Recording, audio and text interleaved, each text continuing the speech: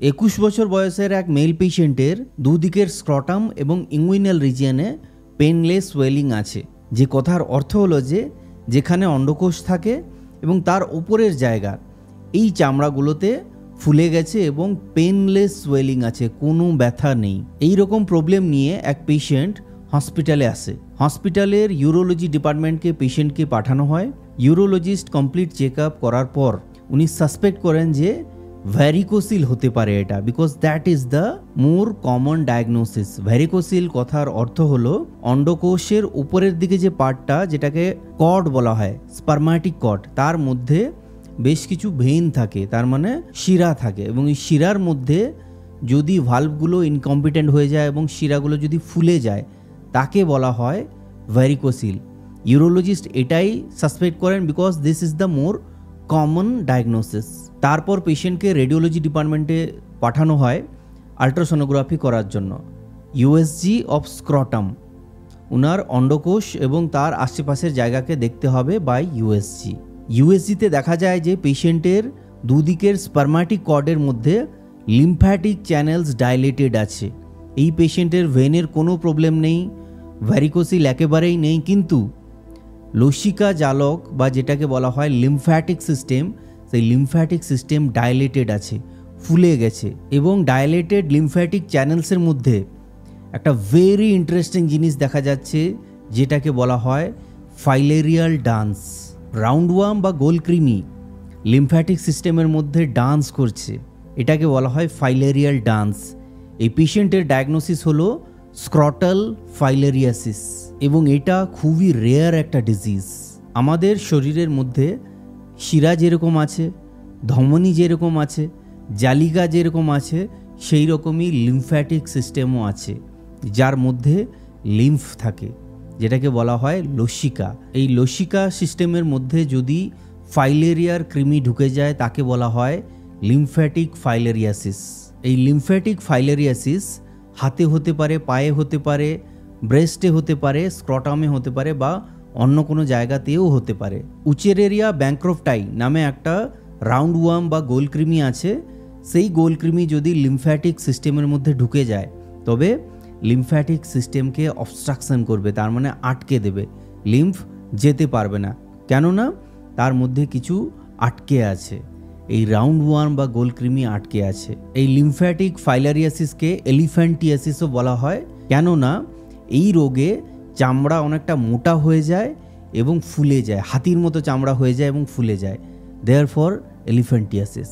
সব থেকে important question হলো যে ফাইলেরিয়ার এই রোগ, এই লিম্ফ্যাটিক ফাইলেরিয়াসিস হয় কি করে। ধরুন যে ফাইলেরিয়াতে আক্রান্ত একজন রোগী আছেন, ওই পেশেন্টকে যদি মশা কামড়ায় তবে ফাইলেরিয়ার যে লার্ভা, মাইক্রো লার্ভা যেটাকে বলা হয়, বা মাইক্রো ফাইলেরিয়ার লার্ভা, সেটা তখন ঢুকে গেল মশার মধ্যে।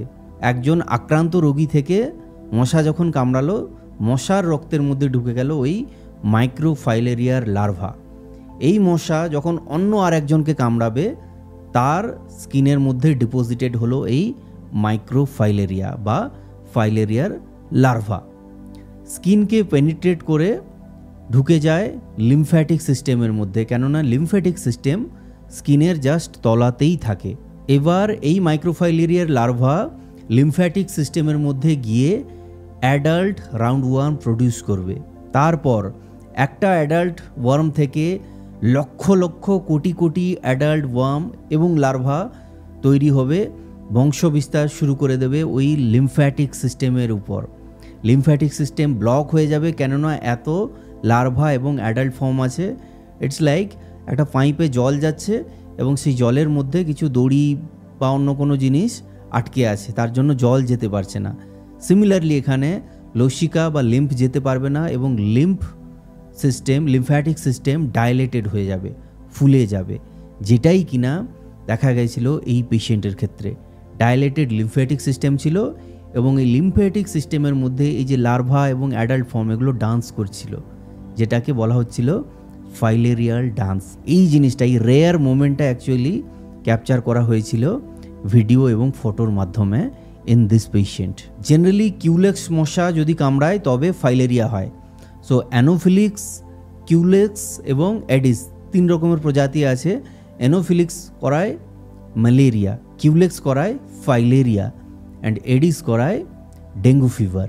স্ক্রটাল ফাইলেরিয়াসিসের সিমটমস কী হবে? প্রথম হলো যে পেইনলেস এবং progressive bilateral scrotal swelling. Very important হলো যে পেনলেস, এখানে কোনো পেন থাকে না, এবং প্রোগ্রেসিভ তার মানে ধীরে ধীরে ধীরে ধীরে বাড়তে থাকছে এই ফোলাটা। কেননা লিম্ফ্যাটিক সিস্টেমের অবস্ট্রাকশন যে হচ্ছে, অবস্ট্রাকশনের লেভেল যত বাড়ছে, সময় যত বাড়ছে, তত ফুলতে আছে। হাইড্রোসিল দেখা যায় অনেক সময়, তার মানে স্ক্রটাল যে স্যাক আছে সেখানে জল জমে যায়। অ্যাকচুয়ালি এটা জল নয়, এটা লিম্ফ জমে যায়, যেটাকে কাইলোসিলও বলা যেতে পারে। জল ক্লিয়ার হয়, যেটা হাইড্রোসিলে পাওয়া যায় জেনারেলি, অ্যান্ড এই ক্ষেত্রে সাদা ফ্লুইড থাকবে, দুধের মতো সাদা ফ্লুইড থাকবে স্ক্রটাল স্যাকের মধ্যে, যেটাকে কাইলোসিলও বলা যেতে পারে। এই পেশেন্টের রোগ নির্ণয় কি করে করা যাবে?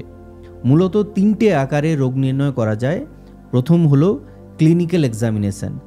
পেশেন্টকে ক্লিনিক্যালি এক্সামিন করে একটা সাসপেক্ট করা যায় যে স্ক্রটাল ফাইলেরিয়াসিস বা লিম্ফ্যাটিক ডাইলেটেশন থাকলেও থাকতে পারে। But again it can be misleading, like in this case ভ্যারিকোসিলও ভাবা হতে পারে, because varicocele is the more common diagnosis. এই লিম্ফ্যাটিক অবস্ট্রাকশন বা এই স্ক্রটাল ফাইলেরিয়াসিস এগুলো অনেক রেয়ার ফাইন্ডিং। নেক্সট হলো blood test. Peripheral blood smear নিয়ে দেখতে হয় যে মাইক্রোফাইলেরিয়ার লার্ভা ওই ব্লাডের মধ্যে আছে কিনা। জেনারেলি রাতের সময় যদি ব্লাড নেওয়া হয়, ওই সময় মাইক্রোফাইলেরিয়া ব্লাডের মধ্যে দেখা যায়। এছাড়া ব্লাড টেস্ট করে দেখা যায় যে ফাইলেরিয়ার অ্যান্টিজেন ব্লাডের মধ্যে সার্কুলেট করছে। এবং 3 নম্বর হলো ইউএসজি। ইউএসজিতে দেখা যায় যে টিবিউলার শেপেড নলের মতো কালো কালো জিনিস, যেটা কালার ফ্লো নেয় না। কালার ফ্লো যদি নেয়, যদি ডপলার মোড অন করা হয় এবং ওই কালো টিউবের মতো যে চ্যানেলসগুলো সেগুলো যদি রং নিচ্ছে, কালার নিচ্ছে, তবে ওটা ভেসেলস, আই মিন ভেন্স, ওটা ভ্যারিকোসিলের দিকে যাচ্ছে। যেহেতু এটা লিম্ফ্যাটিক চ্যানেল, তার জন্য আকারটা সেম, অনেকটা আকারটা ওই টিবিউলার শেপেড নলের মতো জিনিস, কিন্তু এটা রং নিচ্ছে না। Therefore this is lymphatic channel. এবং এই লিম্ফ্যাটিক চ্যানেলের মধ্যে অনেক সময় or rather sometimes ফাইলেরিয়ার ডান্স দেখা যায়, যেটা কিনা রেয়ার। কিন্তু এই কিছুদিন আগেরই কেস এটা, যখন আমি এই পেশেন্টটাকে ডায়াগনোসিস করছিলাম, পেশেন্ট যখন ইউএসজিতে অন টেবিলে আছে, তখন আমি বুঝতে পেরে গেছিলাম যে লিম্ফ্যাটিক ডাইলেটেশন এটা।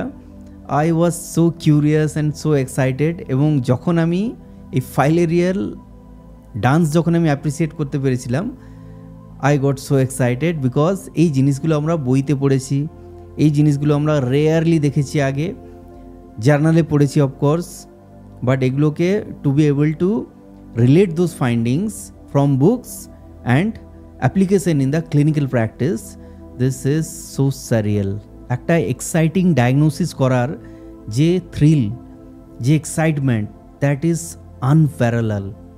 এটাকে টাকা দিয়ে আপনি জাজ করতে পারবেন না। ইট ডাজন্ট ম্যাটার ওই দিন কত টাকা কামালেন আপনি, কতক্ষণ কাজ করেছেন, কতটা টায়ার্ড ছিলেন নাকি কতটা ফ্রেশ ছিলেন, এসব কিছুই ম্যাটার করে না। জাস্ট ম্যাটার করে যে ওই ফাইন্ডিংটা আপনি পেয়েছেন। অনেক দিন মনে থাকে এই জিনিসগুলো, এবং এই কাজ করতে করতে এই যে ছোটো ছোটো জিনিসগুলো অ্যাপ্রিসিয়েট হয় না, that can not be compared in monetary terms. একবার কাজের মধ্যে যখন আপনি ঢুকে যান এবং সেই কাজটাকে যখন এনজয় করেন, ঘড়ির কখন পেরিয়ে যায়, ঘড়ির কাঁটা পরপর এগোতে আছে, কিচ্ছু বোঝা যায় না, কিচ্ছু ফারাক পড়ে না। Coming back to the treatment of this disease, এই রোগের ট্রিটমেন্ট হলো মেডিসিনাল। ওষুধ দিয়ে ফাইলেরিয়ার এই ওয়ার্মকে মেরে দেওয়া যায়। উচেরেরিয়া ব্যাংক্রপ্টাই, যেটা একটা রাউন্ড ওয়ার্ম, ওকে মেরে দেওয়া যায় ওষুধ দিয়ে, যে ওষুধের নাম হলো ডাইইথাইল কার্বামাজিপিন বা DEC in short. Surgical correction খুব রেয়ারলি লাগে, অ্যাডভান্সড কেসে লাগতে পারে, বাট জেনারেলি মেডিসিনাল ট্রিটমেন্টই প্রেফার করা হয়। এই রোগকে আমরা আটকাতে পারবো যদি মস্কিউটোকে আমরা কন্ট্রোল করতে পারি, তবেই গিয়ে আমরা ফাইলেরিয়াসিস বা স্ক্রটাল ফাইলেরিয়াসিস বা lymphatic filariasis, whatever you call it, এদেরকে আমরা প্রিভেন্ট করতে পারবো। আরও একটা ইম্পর্টেন্ট স্টেপ হলো যে মাস অ্যাডমিনিস্ট্রেশন অফ দিস DEC যে মেডিসিন বললাম, এই ওষুধকে যদি সবাইকে একটা টাইমে দেওয়া হয়, তবে আমরা মাইক্রোফাইলেরিয়ার লার্ভা বা ফাইলেরিয়ার যে লার্ভা সেটাকে আমরা নির্বংশ করতে পারি। আর যে যে সিমটমসগুলো আমি বললাম ওগুলো যদি কারুর থাকে লুকিয়ে রাখবেন না, আটকে রাখবেন না, তাড়াতাড়ি যান। বিকজ আর্লি ডায়াগনোসিস যদি করা যায় নিয়ারলি এভরি রোগের অনেক বেটার ট্রিটমেন্ট আছে। আজকের টপিক এখানে শেষ করছি। যদি ভালো লেগে থাকে প্লিজ শেয়ার করবেন and thank you for giving your valuable time.